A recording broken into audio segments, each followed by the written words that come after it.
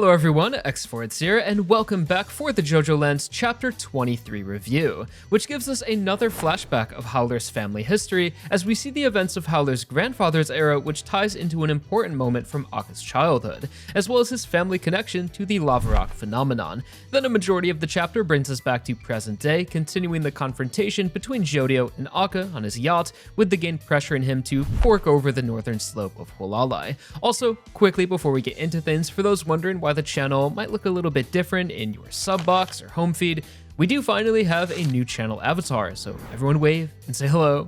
Okay, so getting into the chapter now. Starting with the cover page, we have the same promos as usual, and we are another month closer to the ever-coveted JoJo Day. As for the artwork, we have Jodio roughly posing in the shape of a J, vaguely reminiscent of Giorno in the G in Guts. Cover page from part 5. And as for the rest of it, it's kind of a random composition with another Jodio, standing for JoJo or Jodio Joestar, with November Rain in Yokohama filling out the rest of the space. And turning the page, we are welcomed into the chapter with a double-page spread of Howler Farms that begins a story about their family's inheritance. The first panel is a vista of the Howler northern slope with the Howler family mansion off in the distance, which reminds me a bit of the Joestar family mansion from the beginning of Phantom Blood, and how Jodio's story seems to be loosely based on Part 1 Dio. I mean, he's named after him, after all, who for most of his youth survived in the underbelly of society, just scraping by, and had that initial goal to steal the fortune and land from the Joestar family, and a magical rock aided in this journey. So you could interpret Howler versus Jodio as a reversal of roles from Part 1, where what if the Joestars were this evil rich family, and Dio was, maybe not naturally evil, but did evil things due to his circumstances? Would you still think he's so evil if he was fighting against someone worse than himself? That's kind of what we have going on in Part 9. But continuing on within the Howler estate, we see a treasure chest filled with miscellaneous valuables, such as jewels and precious metals and Italian antiques like Murano glass and an original Tintoretto painting, specifically the origin of the Milky Way, which depicts a Roman mythological story of how the universe was formed, which was based on monotheistic beliefs and includes gods and goddesses. So clearly an intentional choice to include this painting with Howler's treasures, maybe something that will hold importance later in the story, or for the origin of the lava rock itself, depending on how insane Araki wants to get with this part. We then learned that in 1967, a wildfire had burned down all of Howler's farmland, bringing them to the verge of bankruptcy that would take years to recover from, and forced the family to sell all of the valuables from their inheritance chest. And this era would be Howler's grandfather before Akka was born, and following the wildfires began a power struggle for the water source on Howler, with a congressman, Monty Bruto, claiming that the water source should belong to the public, and that its land is state jurisdiction, taking advantage of Howler's vulnerability, not too dissimilar from what we see happening in present day with Akka. Although we come to find out that the congressman was utterly corrupt and was actually the one who started the wildfires and planned to use Howler's land to develop for-profit businesses, like resorts and villas. It wasn't too long after this that Howler would kill the congressman in a drive-by shooting for his threats against the land. However, if Howler knew this man actually started the fire or not is left unknown. We then skip forward in time to when Akka is a child, so we can assume this is around the mid-80s, and his grandfather instills into him the importance of protecting the northern slope, going out of his way to make the land officially theirs by law, and tells him the secret of Letrado's will, which is the treasure chest passed down throughout the generations, and has a special power. Whatever you put inside the chest and take out will eventually make its way back, showing that over a decade after they sold all of these valuables, they eventually returned, and at the bottom of the chest was a deteriorated lava rock which had crumbled away over time. As Papa Howler says, nothing in this world lasts forever, and that they've been using this lava rock since the first generation Letrado arrived in Hawaii 7 generations ago, discovering the rock somewhere on the mountains of the gods, which was most likely when he was digging all of the holes in Howler, discovering the water sources. So that's the second mention of or alluding to gods in this flashback, starting with the painting and now the rock being referred to as a sort of gift from the god. So the rock's power could simply be chalked up to as a blessing from the earth, just a supernatural object in JoJo, stand arrow, holy corpse adjacent, But I hope Araki will actually delve more into the origin of its power at some point, as I still find it strange how something as natural as a lava rock, which can sometimes be millions of years old, specifically affects the system of money flow, which is entirely unnatural. So more Howler development is fantastic. Seeing his family's traditions and what sort of people they are and where Akka's values come from continues to put him on the fast track of being one of the most developed villains in the entire series. And this flashback also explains some previous discrepancies I had when we learned recently that Akka already knew about the lava rock, what they look like, and its power. So I brought up the question, why doesn't he have one? Did he lose his lava rock? Was he keeping it at Hualalai and that was the one Rohan found? But if that was the case, why wasn't he protecting them? So Akka did have a lava rock, which he inherited but was heavily deteriorated. The implication being that the lava rock has a finite amount of value it's able to influence, and the more it's used, the quicker it breaks down. This scene also could be the moment Howler mentioned back in chapter 17, when he realized his money was quickly being taken away from him, and he said it's similar to what happened when he was a child. There was a sudden change in the system of money flow, as during the flashback we can hear on the TV the events which eventually led to the Howler family getting their painting back. So it was only just at this moment, over a decade later, the valuables actually returned and was something Akka got to witness. So this could be what he was comparing his current situation to. So since he inherited this gift, it makes sense that he never thought that there could be more in the mountains, since it's been so long since the Letrado era. And maybe Rohan just got extremely lucky finding one by accident, or had some kind of insider information we aren't privy to yet. And the final question, does Howler still have Letrado's will?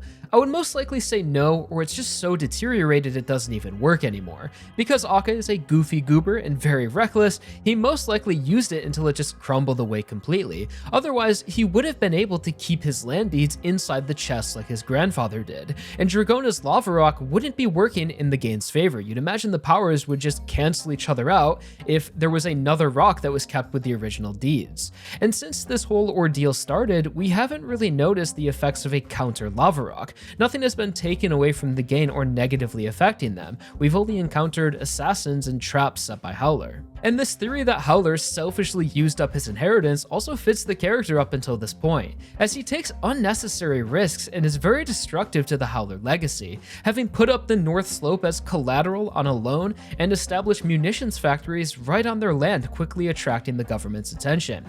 So I hope there is more to see from Howler's past, and possibly if either of his parents had a substantial impact on him, or maybe even if they're still alive, as there is a G generation that we don't see in any of these flashbacks where in between the F grandfather and H Akka. But continuing on in the chapter, we finally come back to present day with our crew disguised as Dolphin Bank boarding Howler's yacht. And as we approach, we notice Paco and Usagi running off to go help Meryl, with Jodio and Dragona having a telepathic sibling conversation, which I thought was a unique touch to their dynamic, seeing that through eye contact and body language, they're able to roughly communicate their thoughts to continue the mission. We're then aggressively welcomed on board by Howler and introduced to Key West and the ship's crew, who of course remind us of Josuke. It's been a few years since Araki got to draw that outfit, and as the game continues, Dragona momentarily slips out of character, surprised to see a full-size merry-go-round on deck, and is questioned by Key West, who is suspicious of her credentials, and even more so after claiming they went to Harvard, just shouting out the first school that comes to mind,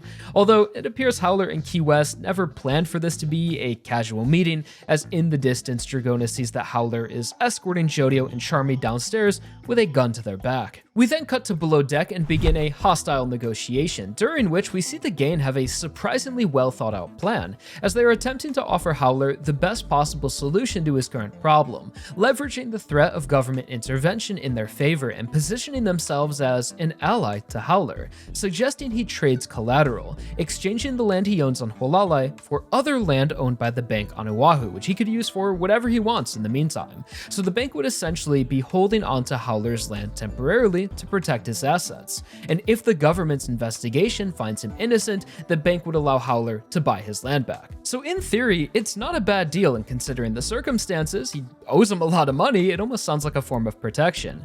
Although in reality, the documents they're presenting to Howler are a complete sham and only act to transfer ownership and nothing else.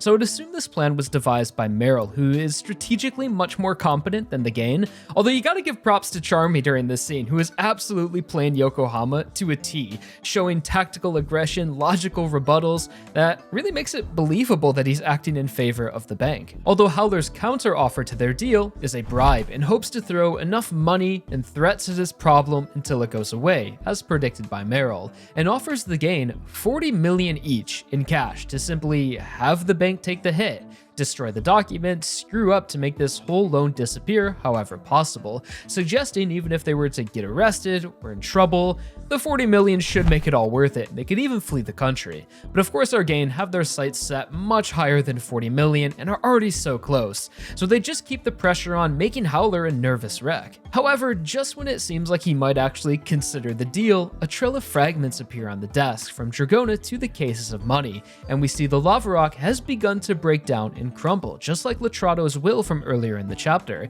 and Howler quickly realizes what this is and points his gun towards Dragona, bringing the chapter to a dramatic conclusion, leaving the gang to surely be exposed in the next chapter and will either need to put up a fight or run for their lives, as one of the few things Howler knows about his target is that they possess a lava rock, so as soon as he sees it, he'll put all the dots together. So amazing progression from this arc that is really about to pop off, as our crew is do or die below deck right now, and I would expect this to lead into a fight against Key West, or could also reveal Howler's stand ability. And meanwhile, Paco and Usagi are just moments away from confronting Ninbo and Lame Shebane to save Meryl at the school, which is what I'm mostly expecting from the next chapter, to take a break from the boat and focus on the new stand users. So as for how this all unfolded, I really do feel bad for our gang on the yacht, as they did such a good job with this mission and no one really screwed up, yet they get exposed by the lava rock of all things, which has begun to react physically to the situation with a new aspect of its power we didn't know about. And from what we learned earlier with Letrado's will, it would seem lava rocks have a limited use,